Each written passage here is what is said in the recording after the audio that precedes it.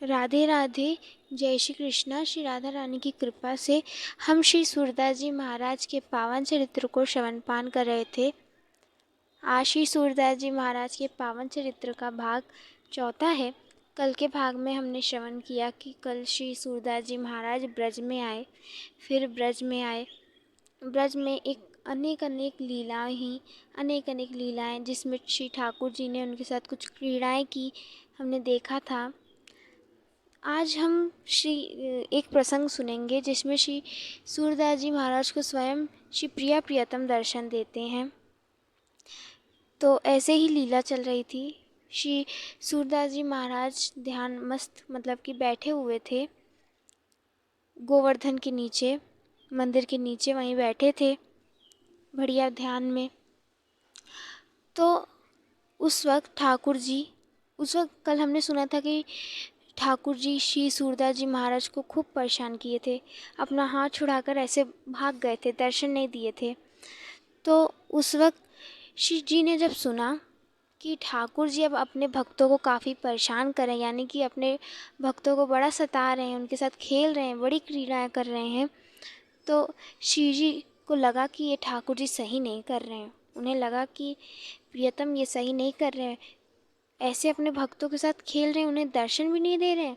उन्हें ऐसा लगा तो उन्होंने क्या किया, श्री जी ने प्रियतम जू के साथ श्री सूरदास जी को देखने उनका मन हुआ कि चलो, कहते हैं श्री जी प्रियतम से कहती हैं कि चलो प्रियतम, आज हम श्री सूरदास जी महाराज को देखने चलते हैं। मैंने उनका दर्शन नहीं किया, मुझे उन बाबा के दर्शन करने हैं, वहीं गोवर्धन के नीचे रहते हैं। तब प्रियतम कहे, अरे नहीं नहीं श्री जी, वो बाबा बहुत तेज है वो जब हाथ पकड़ता है तो छोड़ता नहीं है। तब श्री जी कहे, नहीं नहीं, वो मेरा हाथ नहीं पकड़ेंगे, वो मेरे को छोड़ देंगे, वो मुझे कुछ नहीं करेंगे। तब प्रियतम कहे, ठीक है, जैसी आपकी इच्छा। तब श्री प्रियतम वन का विहार करते हुए श्री सूरदास जी महाराज के पास पहुँचते हैं। तब ठाकुर जी तेज से बोले, प्रियाजू, इनके सामने मत जाना, इनके पास मत जाना, ये बाबा तुमको दबोच लेगा, तुम्हारे पैर को पकड़ लेगा, कभी छोड़ेगा नहीं। तब प्रिया जी कहीं, नहीं नहीं, ये बाबा मुझे नहीं पकड़ेगा। और फिर कहने लग गए कि बाबा मेरे को पकड़ना मत। तब बाबा कहे, अरे श्री जी, अरे स्वामिनी, मैं कैसे आपको पकड़ सकता हूँ, जब तक श्री जी कृपा नहीं करेंगी तो मैं उनका स्पर्श भी कैसे पा सकता हूँ, ऐसा बाबा ने मीठी बोली में कहा। तब प्रियतम कहते हैं कि ये बहुत तेज हैं बाबा, श्री जी इनकी बातों में मत आइएगा। तब प्रिया जी कही, नहीं नहीं, बाबा बहुत सीधा है, ऐसा नहीं करेगा। तब श्री जी और पास गई, अपनी घूंघूर की आवाज़ करते हुए जा रही थी। श्री सूरदास जी महाराज को सारी घूंघूर की आवाज़ और श्री कृष्ण की सारी आवाज़ें सुनाई दे रही थी। यहाँ श्री कृष्ण कहते हैं कि अरे श्री जी, थोड़ा नेक संभल कर, क्योंकि अब तुम बाबा के पास ही पहुँच रही हो। तब सूरदास भी अब चौकन्ने होने लगे कि उन्हें पता चलने लग गया कि हाँ, अब प्रियाजू मेरे पास आ रही हैं, अब उनके पैर पकड़ना है, उनके चरणार विंद पकड़ने हैं। और फिर प्रियतम कहते हैं, स्वामिनी जू संभल कर, स्वामिनी जू आराम से। और कहने लगे, अरे प्रिया जी, अब तो आप उसके निकट पहुंच गई हो, उस बाबा के निकट पहुंच गए हो, जरा नेक संभल कर। बार बार चेतावनी दे रहे हैं श्री ठाकुर जी, और ये सिर्फ इशारा कर रहे थे किसकी तरफ, सूरदास जी की तरफ, कि अब श्री जी पास आ रही हैं, पकड़ लेना, ऐसे इशारे में कह रहे हैं। अब ठाकुर जी कहते हैं, अरे श्री जी, आप तो एकदम निकट हो गई हैं बाबा के पास। अब जैसे सूरदास जी को सुनाई दिया कि ठाकुर जी कह रहे हैं, तो वैसे ही सूरदास तैयार, और जैसे श्री जी की पायलों की आवाज़ आई, वैसे ही वे श्री जी को दपक से पकड़ लिए, उनके चरणों को पकड़ लिए। और प्रियाजू तो सावधान थी ही उस वक्त। प्रियाजू जैसे समझी कि अब पकड़ लिए बाबा पैर, वैसे ही वो पीछे झटकी, और जैसे पीछे झटकी तो जो उनके एक पैर में पायल थे, वो पायल जाकर सूरदास जी महाराज के हाथों में रह गए।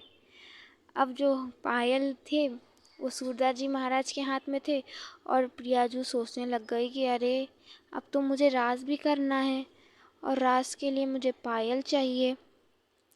और कहने लग गए, अरे बाबा मेरा पायल दे दो, मुझे रास करने को काजे जाना है। तो सूरदास जी महाराज कहे, अरे स्वामी जी मैं क्या कहूँ, ये पायल मेरे हाथ में आया, मैं क्या जानूँ कि ये पायल आप ही के हैं, मैं कैसे समझूँ कि ये पायल आपके ही हैं। ज़रा मुझे अपने दूसरे पैर के पायल दिखाओ, तब मैं जानूँ कि ये पायल आपके हैं। तब स्वामी जी कहे, नहीं नहीं विश्वास करो बाबा, ये पायल मेरे हैं। तो बाबा कहने लग गए, नहीं नहीं मैं कैसे विश्वास करूं, कल कोई आएगा कहने लगेगा अपना पायल है। अब यहाँ पे प्रिया प्रियतम समझ गए हैं कि श्री सूरदास जी महाराज दर्शन करने के काजे तड़प रहे हैं। तो क्या होता है, प्रिया प्रियतम ने क्या किया, प्रिया प्रियतम ने श्री सूरदास जी के नेत्रों को स्पर्श करा। और जैसे श्री सूरदास जी महाराज के नेत्रों को स्पर्श किया, वैसे ही जो सूरदास जी से जो जन्मांध थे, अब उनको दिखने लग गया।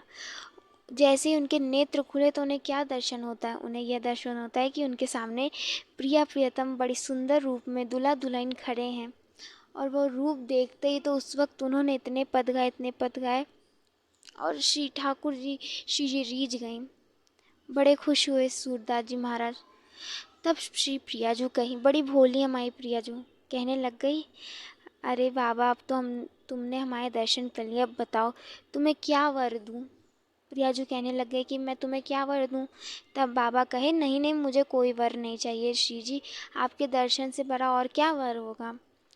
तब प्रियाजू कहीं, नहीं नहीं कोई तो वर लो, कोई तो वर लो।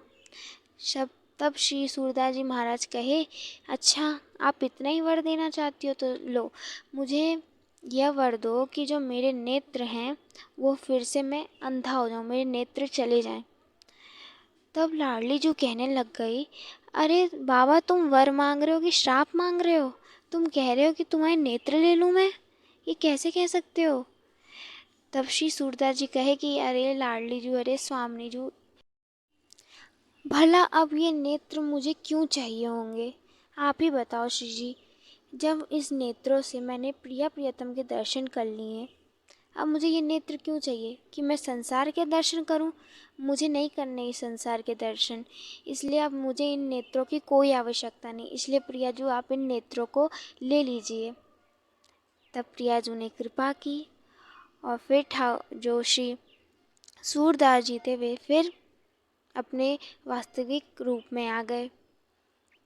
उसके बाद ऐसे प्रिया प्रियतम ने श्री सूरदास जी महाराज को दर्शन दिया। ऐसी प्रतिदिन श्री सूरदास जी महाराज के साथ लीलाएं होती रहती थी, बहुत सी लीलाएं हैं। तो एक प्रसंग आता है, श्री सूरदास जी को उस वक्त दिखाई तो देता नहीं था, हम सब जानते हैं। तो वे जाते थे मंदिर, श्रीनाथ जी के दर्शन करते थे, सामने श्री विट्ठल गोसाई जी उनकी पूजा सेवा करते रहते थे, उनकी आरती करते रहते थे। तो उनका वे रोज़ ही सुंदर सुंदर श्रृंगार करते थे, हम सब जानते हैं श्रीनाथ जी हमारे रोज़ प्रतिदिन सुंदर सुंदर श्रृंगार में रहते थे। अब सूरदास जी जाते मंदिर में और वहाँ जाकर श्रीनाथ जी के दर्शन करते हैं और दर्शन गाते हुए प्रतिदिन वो ठाकुर जी के दर्शन करते और दर्शन करते ही सारे पद गाते, जिसमें वे बताते कि आज तो ठाकुर जी ने ऐसी पगड़ी पहनी है, ठाकुर जी ने आज ऐसे मोर पिंच लगाया है, आज ठाकुर जी ने अपने कानों में ऐसे कुंडल पहने हैं, आज मकराकृंत, आज हीरे जड़ित, ऐसे आज लाल मणि, ऐसे प्रतिदिन बता देते थे, दिखाते कि आज ठाकुर जी की जो वस्त्र हैं उन्होंने आज कमर तक ही वस्त्र पहने, आज फूल से श्रृंगार हुआ है, आज मोती से श्रृंगार हुआ है, ऐसे पूरा व्याख्यान रोज प्रतिदिन किया करते थे पदों के द्वारा। तो जो श्री विट्ठल गोसाई जी के पुत्र थे, वे सारे पुत्रजन सोचे कि ये सूरदास जी महाराज प्रतिदिन बिना देखे, वो देखते तो थे नहीं, तो इनको बिना देखे इतना सुंदर सुंदर सारे श्रृंगार पता चल जाते हैं, क्यों ना हम इनकी परीक्षा करते हैं कि सच में इनको पता चलता है कि नहीं। बस चलो आज हम इनकी परीक्षा लेते हैं कि क्या सत्य में ये स्वयं से बताते हैं या फिर ये किसी ब्रजवासिन के बालक को पकड़ते हैं और उससे बोलते हैं कि बताना मुझे आज कैसे कैसे श्रृंगार हुए हैं। तो वे सब जो पुत्र थे श्री विट्ठल गोसाई जी के 3 पुत्र, वे गए और कहने लग गए, अरे ओ बाबा, तू रोज़ बता देता है कि आज ठाकुर जी का ऐसे श्रृंगार हुआ, आज ठाकुर जी ने ऐसे वस्त्र पहने, आज ठाकुर जी ने लाल पीली पीताम्बरी, तू रोज़ बता देता है। चल बाबा, आज हम लोगों के साथ चल और बता आज ठाकुर जी ने क्या पहना है। उस दिन क्या किया उन लोगों ने सोचा कि आज ठाकुर जी को हम कुछ पहनाएंगे ही नहीं, कुछ भी वस्त्र ही नहीं धरवाएंगे, मोती वोती सब पहना दी। और हम सब जानते हैं ब्रज की लीला में कि ठाकुर जी जब छोटे से थे, नेक से थे, तो ठाकुर जी को पीताम्बरी पहनना पसंद नहीं था, वो आभूषण करना पसंद था, तो वो आभूषण ही पहनते थे। तब सूरदास जी सामने गए ठाकुर जी के, सभी ने कहे, अच्छा बताओ बाबा आज क्या पहना है ठाकुर जी ने। अब जैसे ही श्री सूरदास जी महाराज ने दर्शन किया, वे थोड़ा मीठी मुस्काए। तब सब बोलने लग गए, अरे बताओ बाबा क्या पहना है यार ठाकुर जी ने। तब बाबा बोले, कैसे बताऊँ, बड़ी लज्जा आ रही है। तब बोले, अरे बताओ तो क्या पहना है। तब वे कहने लग गए, आज ठाकुर जी ने तो कुछ पहना ही नहीं है, तुम लोग तो ऐसे ही इनको लेके आए हो, इनके बस आभूषण ही तुम लोगों ने धरवाए हैं, कुछ पहनाया तो तुम लोगों ने है ही नहीं। और यही कहते कहते खूब हंसे और वहीं पर उन्होंने इस पर भी पद गाया था और सभी ने श्रवण किया उस पद को। तो ऐसे सब ब्रजवासिन उनके साथ खूब खेला करते थे श्री सूरदास जी महाराज के साथ, इसलिए तो ब्रजवासिन हैं। तो प्रतिदिन वहाँ पे ऐसी सुंदर सुंदर लीलाएं होती थी। कल हम अकबर और सूरदास जी महाराज के प्रसंगों को श्रवण करेंगे। अभी हम यहीं पे विराम देते हैं। श्री जी ऐसे ही हम सभी भक्तों पर कृपा की वर्षा करते रहें और कृपा लुटाती रहें। तब तक के लिए आप सभी भक्तों को राधे राधे, जय श्री कृष्ण।